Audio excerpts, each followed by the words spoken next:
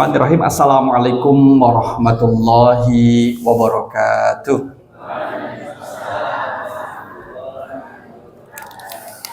Alhamdulillahilladzi bi ni'matihi tatimmus shalihat. Asyhadu an la ilaha illallah wahdahu la syarikalah. Wa asyhadu anna Muhammadan abduhu wa rasuluh la nabiyya ba'dah. Allahumma shalli wa sallim ala nabiyyina wa rasulina Muhammad sallallahu alaihi wasallam wa ala alihi wa ashabihi wa man tabi'ahu bi ihsani ila yaumiddin, amma ba'du. Bapak Ibu jamaah rahimakumullah, taqabbalallahu minna wa minkum taqabbal karim. Jadi ucapan hari raya Idul Fitri di bulan Zulqa'dah. Ini Dzulqa'dah. Ya kan baru ketemu Bapak Ibu ya kita. Malah kemarin saya masih dapat undangan jamuan raya. Jadi undangan untuk makan hari raya Idul Fitri tapi di bulan Zulqa'dah. Alhamdulillah. Sehat Bapak Ibu? Sehat. Alhamdulillah hari ini kelihatan, amin, sehat, badannya sehat, pikirannya juga tenang, kantongnya juga penuh. Alamin deh, penuh catatan maksudnya. Jamaah rahimakumullah, malam kali ini surah yang ke-109. Surah ke-109 itu berkaitan dengan surah Al-Kafirun. Namanya ada Al-Kafirun. Surah Al-Kafirun ini disebut dengan Al-Kafirun karena menggambarkan kisah atau bagaimana perangi orang-orang yang kafir. Kafara, orangnya disebut dengan kafirun, itu karena memiliki beberapa makna. Satu adalah tertutup. Kafara itu bisa memberi makna tertutup Bapak Ibu. Ada adalah orang kafir adalah orang yang hatinya tertutup. Okay. Kafara itu juga bisa berarti menghapus. Maka yukafiru as-sayyi'at atau yukafiru dzunub, menghapus dosa-dosa atau menghapus kesalahan.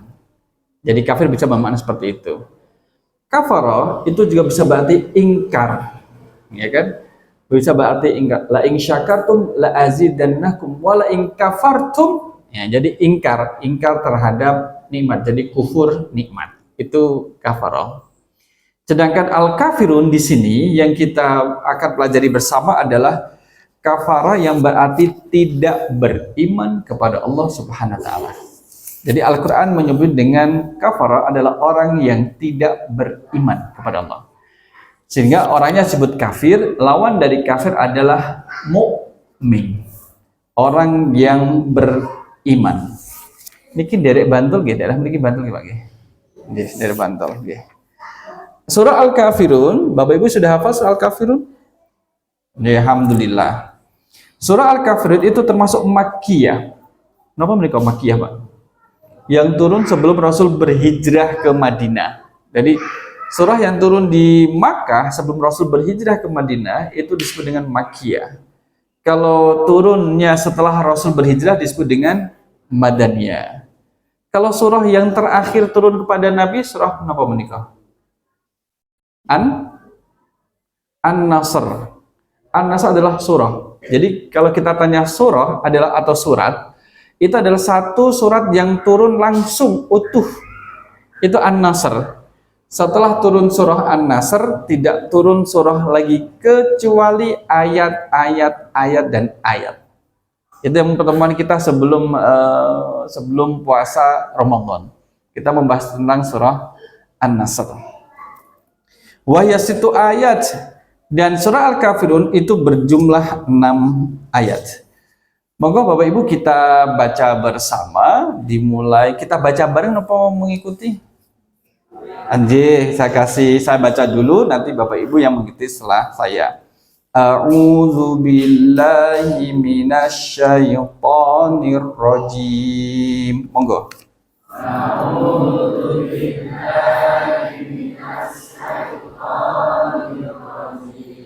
Bismillahirrahmanirrahim.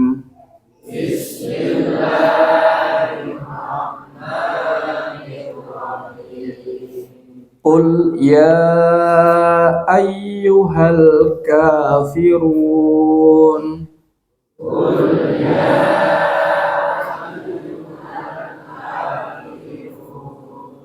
la a'budu ma ta'budun.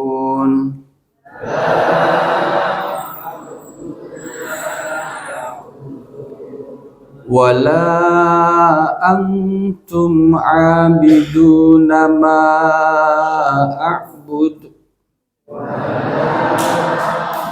Antum abiduna ma a'bud.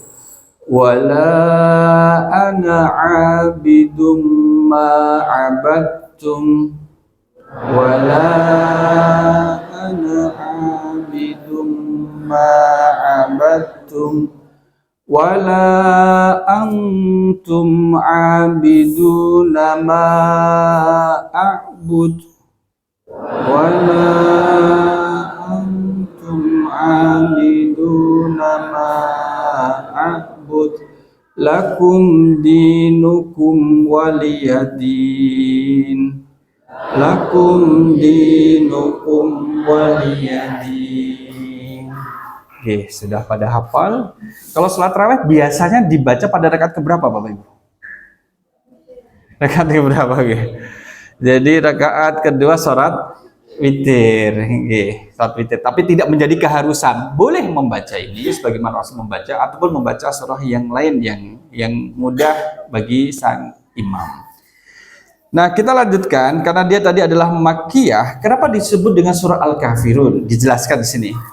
Li'anna Allah Ta'ala amara Nabiyahu Muhammadan sallallahu alaihi wasallam bi ayu khatibal kafirina bi annahu la ya'budu ma ya'buduna minal asnami wal awsan. Allah itu ingin menyampaikan kepada Nabi Muhammad agar Nabi Muhammad menyampaikan kepada orang-orang kafir bahwa Nabi Muhammad tidak akan pernah mau menyembah apa yang mereka sembah, baik dalam bentuk patung maupun berhala.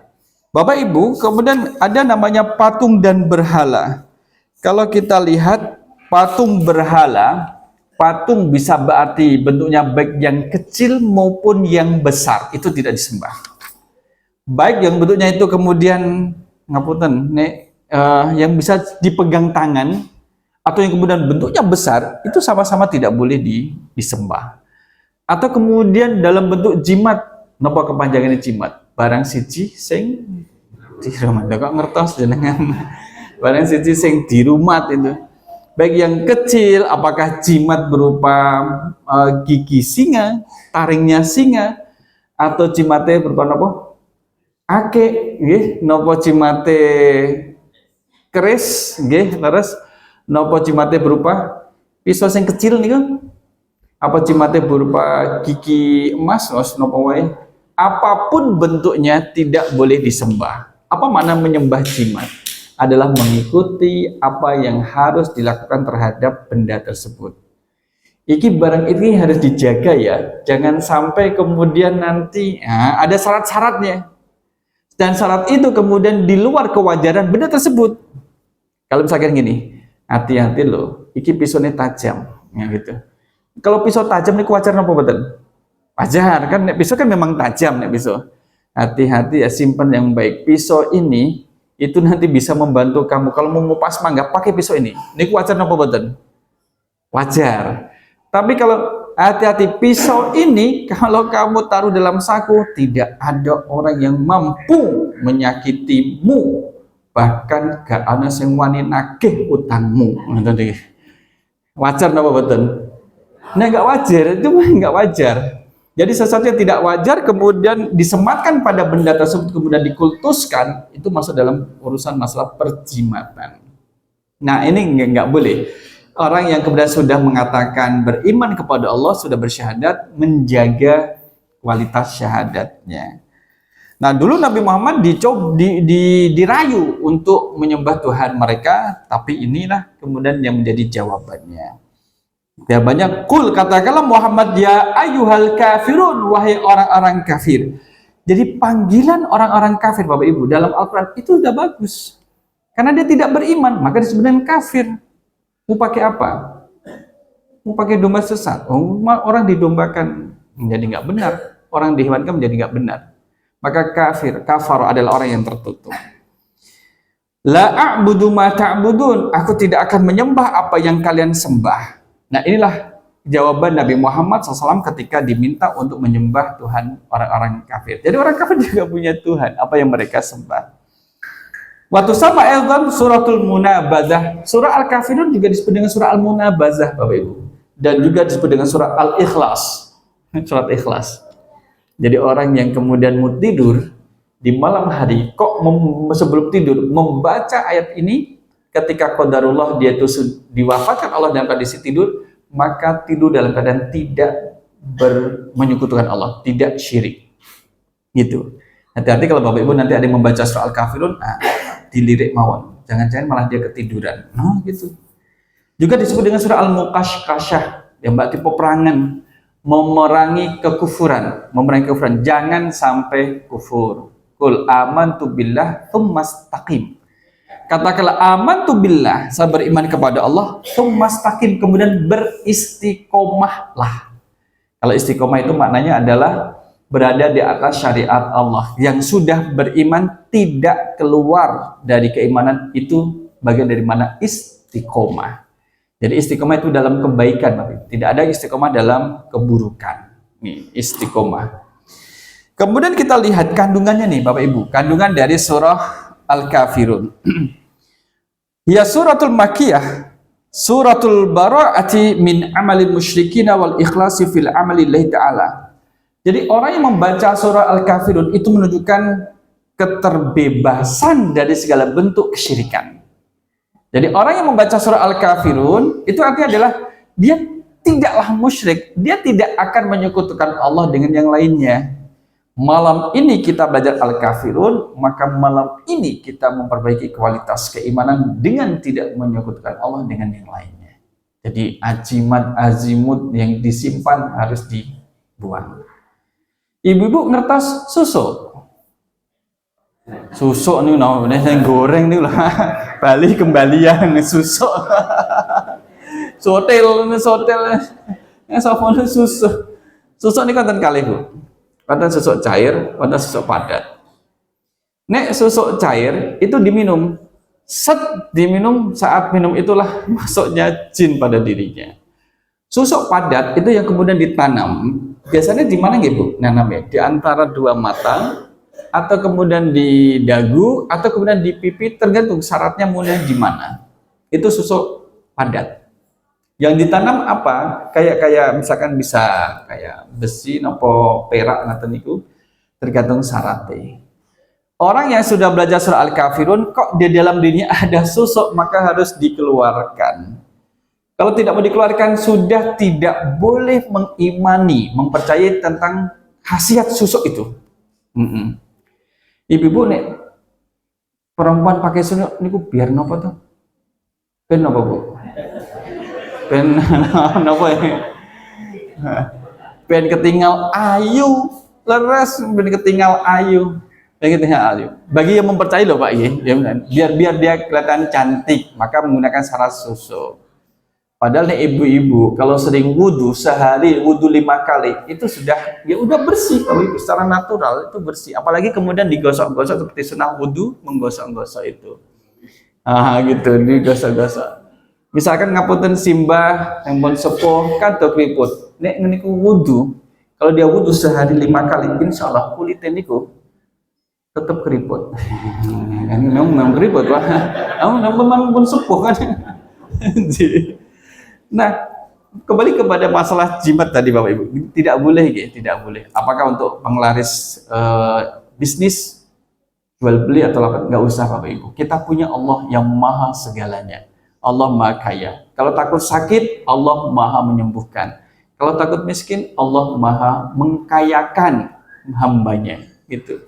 Kalau nggak ini dilepas itu. Maka kalau kita minum obat, kan kepercayaan kita yang menyembuhkan itu bukan obat tersebut, melainkan Allah.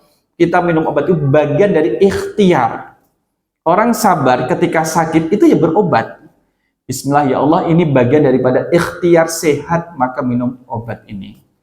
Pak, jenengan sakit, ini kan drodok, buatan berobat, buatan, dan apa? Makin ditakdirkan Gusti Allah sehat gitu. Lah nek tinggal nggih alhamdulillah mangke keluarga nggih angsal beras kata. Dan sebagainya. Jadi harus ikhtiar Bapak Ibu. Itu sabarnya orang yang sakit.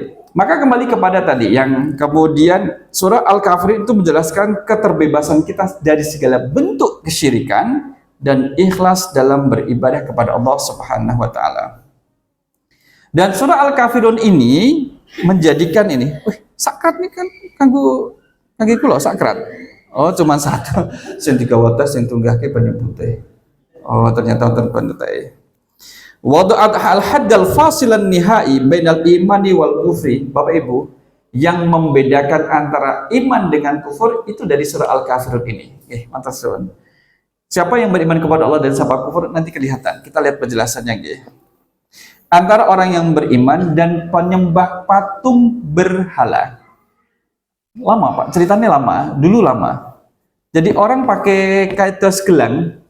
Gelang itu jam apa gelang nggih? Bisa diputer. Berapa kali putaran itu menunjukkan jumlah anaknya.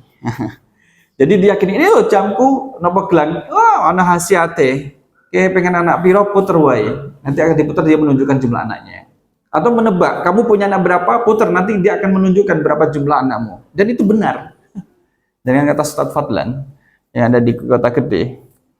Gelang napa itu dipegang, dibacain ayat kursi. Wes sedang puter, enggak berputar, Pak. Jadi dia puternya tadi itu karena ada jinnya.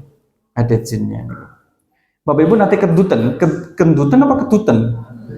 Kedutan. Niku sing ngedutke sinten? Kan ini, nek jaringan kedutan biasanya dimanain apa tuh? Niku lo kedutan gitu.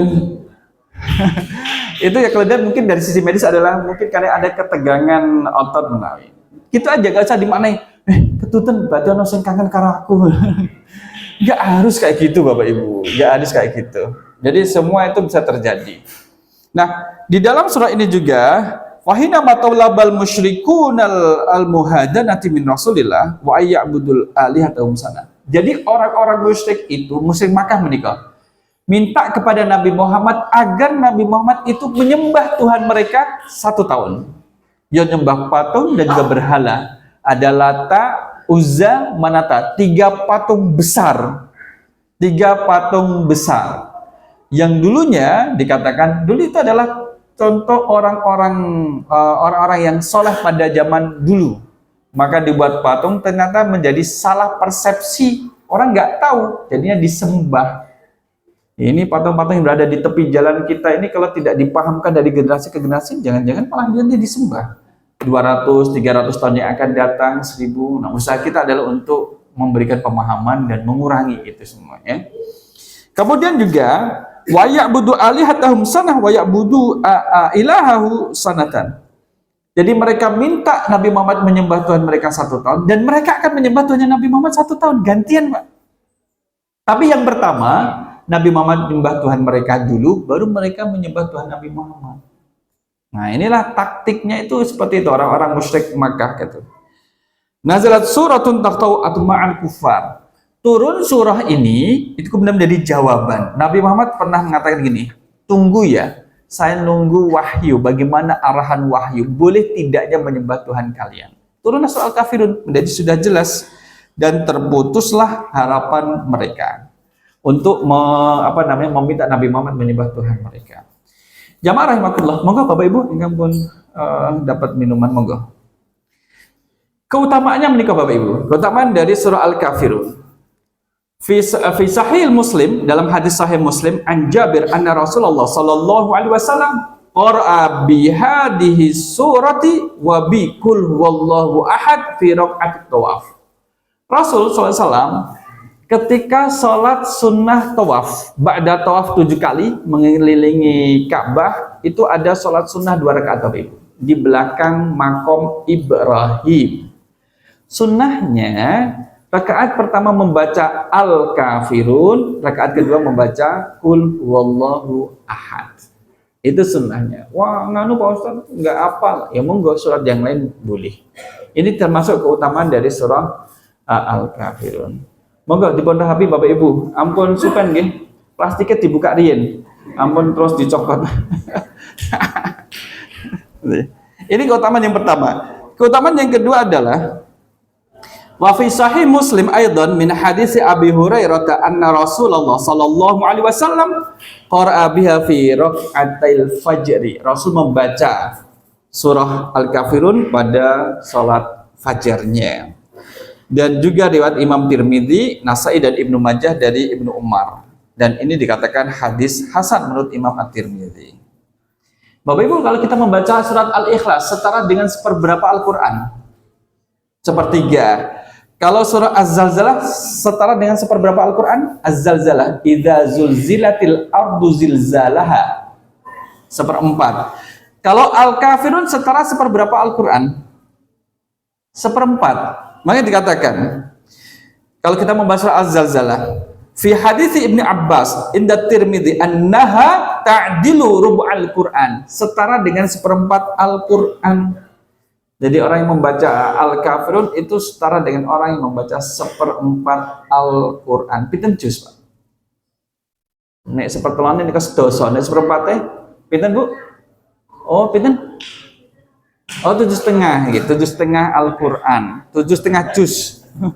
7,5 juz ya, Al-Qur'an. Ya, kurang lebih nih kok.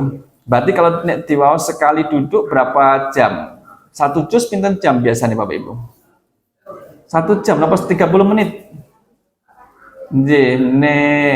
Nek pada waktu ba'da tarawih kalau membaca itu bisa 1 juz mungkin 40 menit gitu, 40 menit atau 45 menit.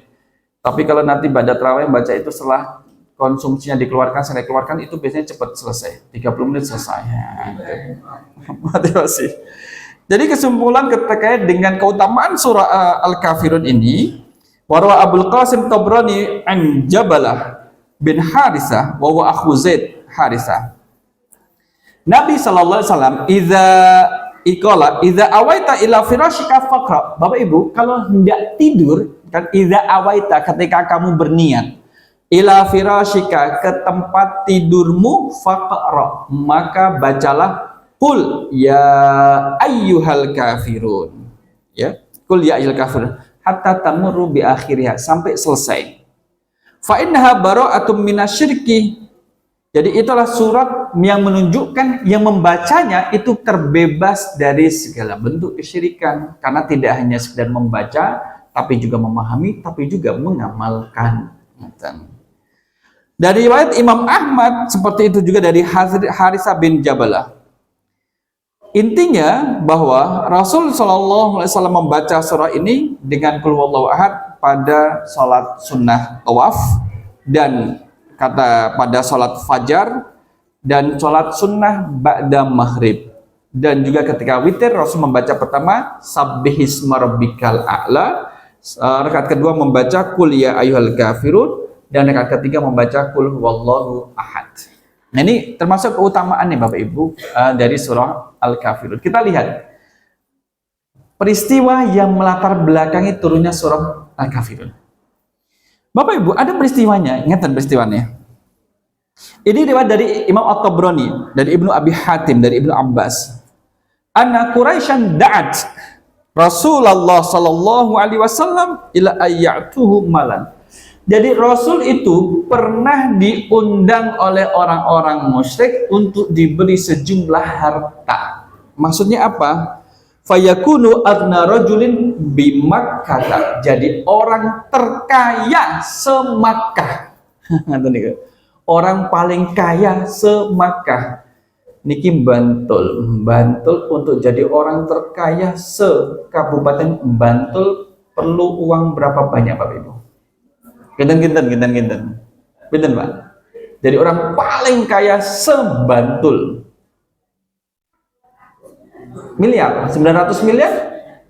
Oh, malah enggak belum banyak ya. Triliun. Kalau triliun dapat T. 2 T cukup 2 triliun. 2 triliun berarti 2000 miliar. Berapa juta ya? 2 triliun ya. Rong juta.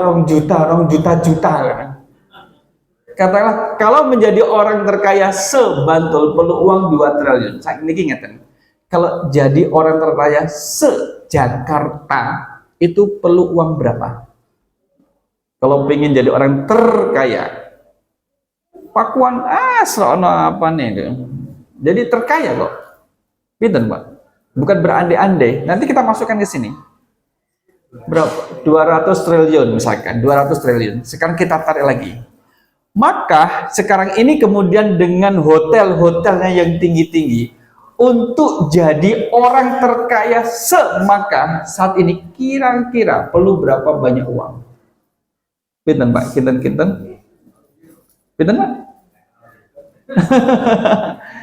Berarti 500 triliun mungkin, atau misalkan 300 triliun. Misalkan 300 triliun. Artinya gini, Nabi Muhammad zaman dulu pernah diiming-imingi. Ini loh, 300 triliun. Kamu jadi orang terkaya se-Makkah cuma dengan syarat kamu sembah Tuhan kamu 1 tahun. 300 triliun ini. Cuma gitu, Pak. Itu tawaran pertama, Bapak Ibu. Maka untuk mengeluarkan orang keluar dari Islam, kadang iming-imingnya adalah materi. Materi, entah itu kemudian sembako, apa yang diperlukan. Jadi kita juga selaku muslim juga harus perhatian dengan muslim yang lain. Agar kemudian kemiskinan itu tidak menjadikan sebab kekufuran. Jadi, al-faqru yusabbibu ilal kufri. Kemiskinan, kefakiran itu bisa menyebabkan orang itu menjadi kufur.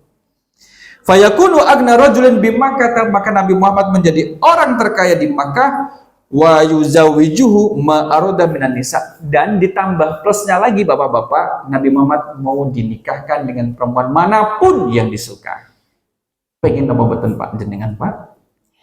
Bapak-bapak, purun apa mboten, Pak? Mumpung ana ibu-ibu. Makanya kalau saya pengajian nggak bawa istri. Jadi itu tantangan, karena gini, di Arab itu adalah tidak boleh orang itu nikah antar kasta. Kan masih ada suasana kasta. Orang kaya, ya nikahnya dengan orang kaya. Orang miskin, ya dengan orang miskin. Hamba saya, ya dengan hamba saya. Kata.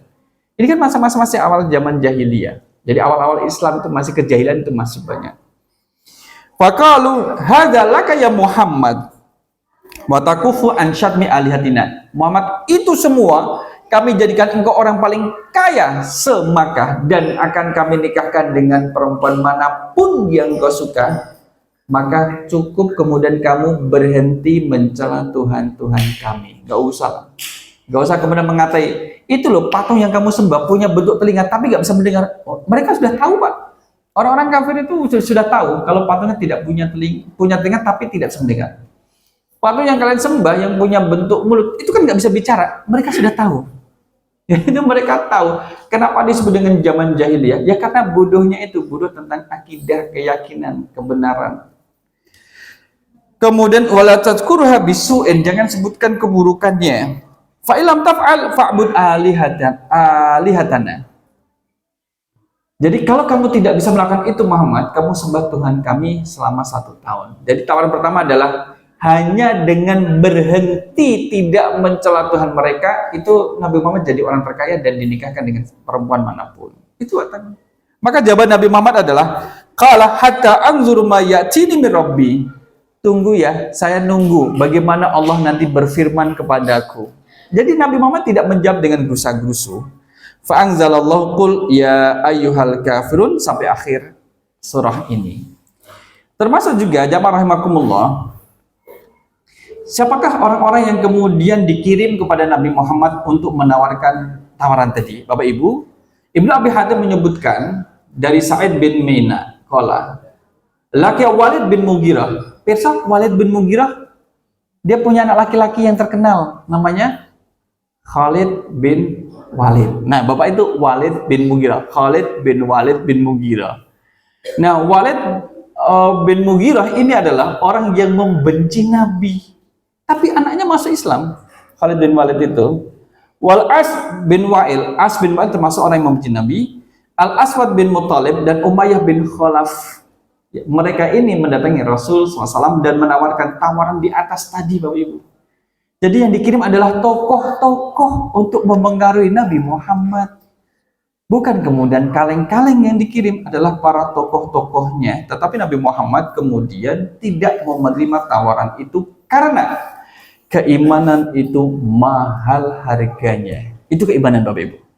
Sekali kemudian beriman, tetaplah kemudian itu kita beriman. Wala tamutunna illa wa antum muslimun. Janganlah kalian itu meninggal kecuali dalam keadaan berislam. Mari kita lihat ayat yang pertama. Qul ya ayyuhal kafirun la a'budu ma ta'budun.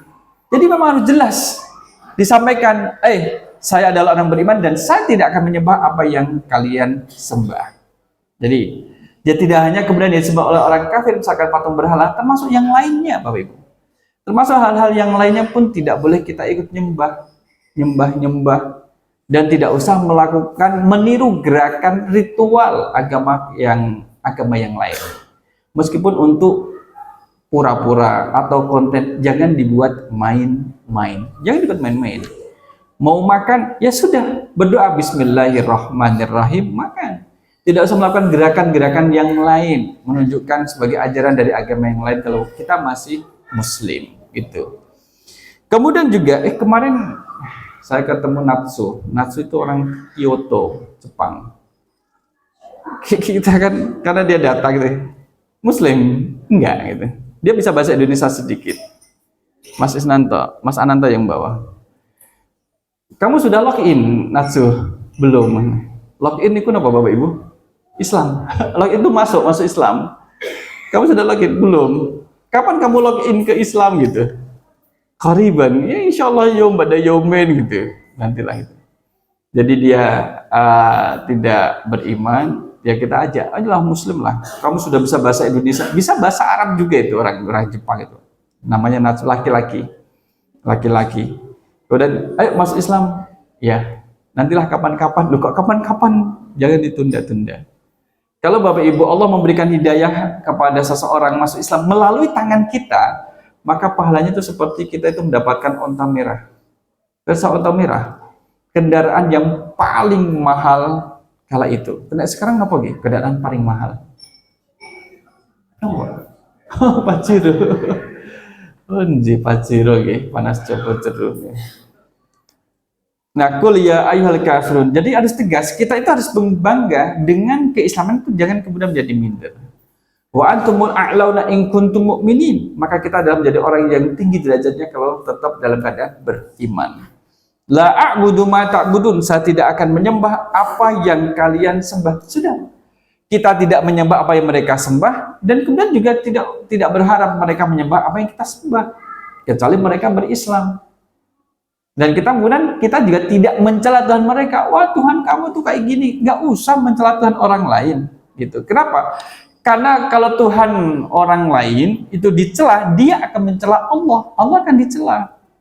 Gitu. Dan di dalam Al-Quran sudah disebutkan, janganlah mencela Tuhan mereka karena mereka akan mencela Tuhanmu wahai Muhammad.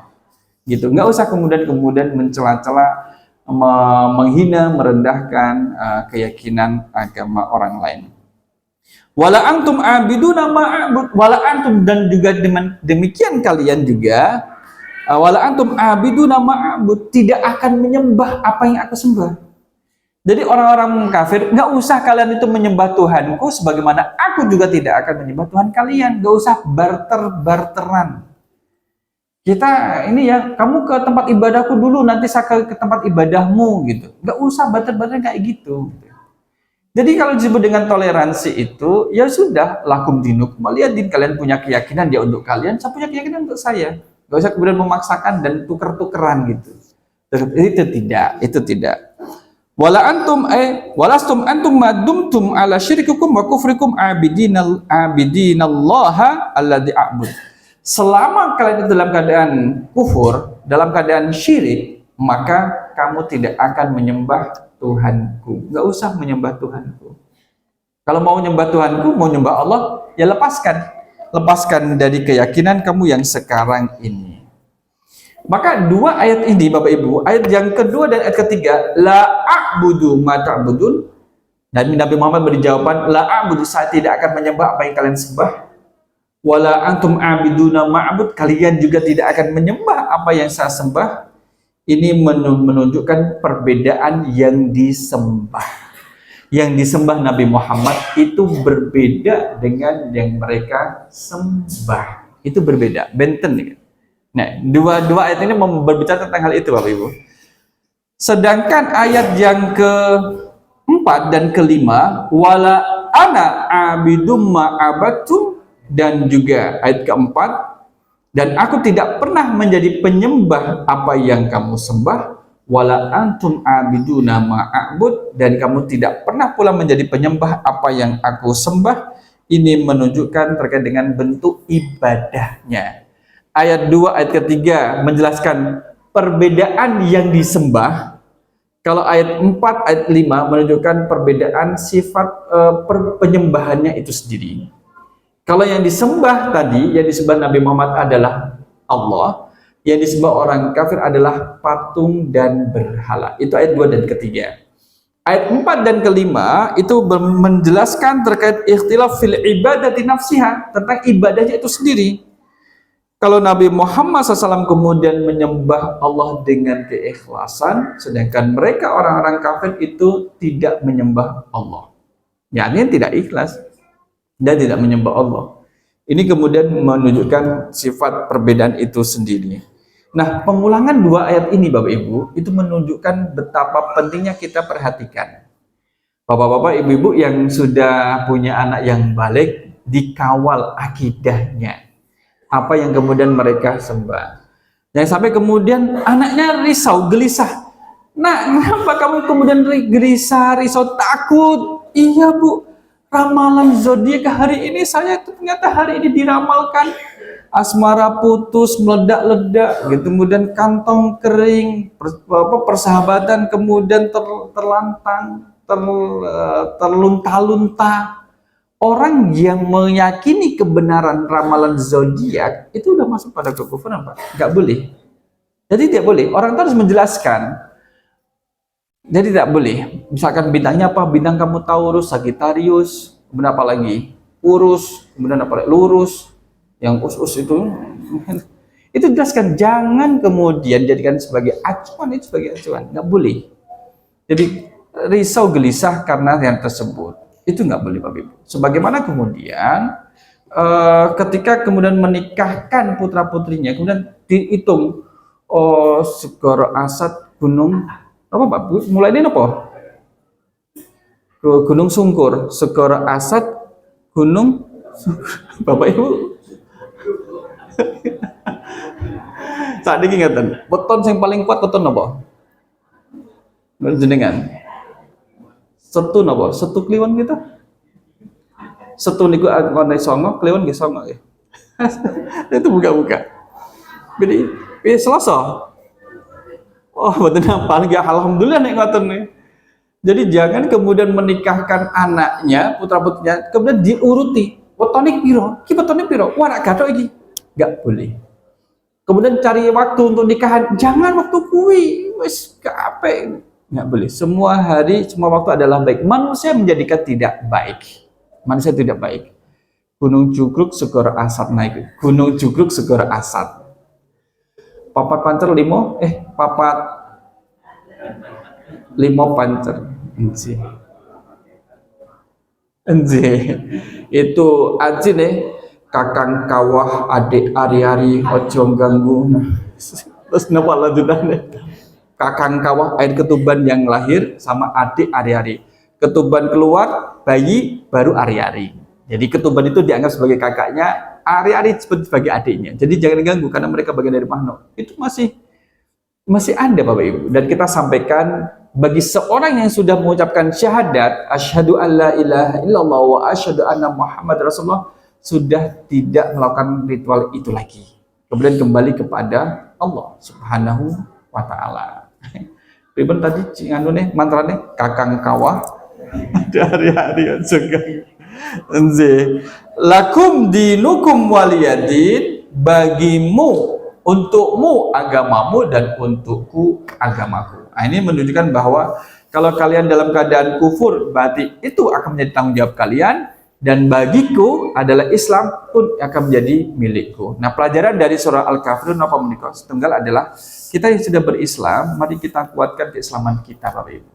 Karena al-imanu yazidu wa yanqus. Iman bisa bertambah, bisa berkurang. Nah, ketika kemudian dalam keadaan yang kurang, maka harus dikuatkan dengan minta nasihat dari orang lain dan menghadiri majelis taklim antara lain. Yang kedua, pelajaran kedua adalah kullu mauludin yuladu 'alal fitrah, summa abawahu yuhawwidanihi wa yunasiranihi wa yumajjisanihi. Setiap bayi yang terlahir dalam keadaan fitrah, fitrah bisa bermakna apa Bapak Ibu? Suci. Dan fitrah bisa bermakna bertauhid. Orang tuanya itulah nanti yang akan bertanggung jawab, bisa menjadikan anaknya menjadi Yahudi, Nasara, atau Majusi. Jadi orang tua, lagi-lagi adalah orang tua. Jadi kita Bapak Ibu selaku orang tua, kita akan diminta tanggung jawab oleh Allah tentang keimanan putra-putri kita. Tidak hanya cukup menikah, kemudian minta keturunan, Allah beri keturunan, setelah itu kemudian jangan lepas dibiarkan, harus dikawal sampai salah satu dari kita meninggal. Apakah orang tua atau anaknya meninggal, baru berhenti untuk pembinaannya. Itulah beberapa pelajaran dari surah Al-Kafirun, mudah-mudahan bermanfaat dan menguatkan keimanan kita. Apalagi kita setelah selesai dari bulan suci Ramadan, semoga Allah menerima amal ibadah kita. Amin ya rabbal alamin. Aku lu qouli hadza astaghfirullah li wa lakum. Wassalamualaikum warahmatullahi wabarakatuh.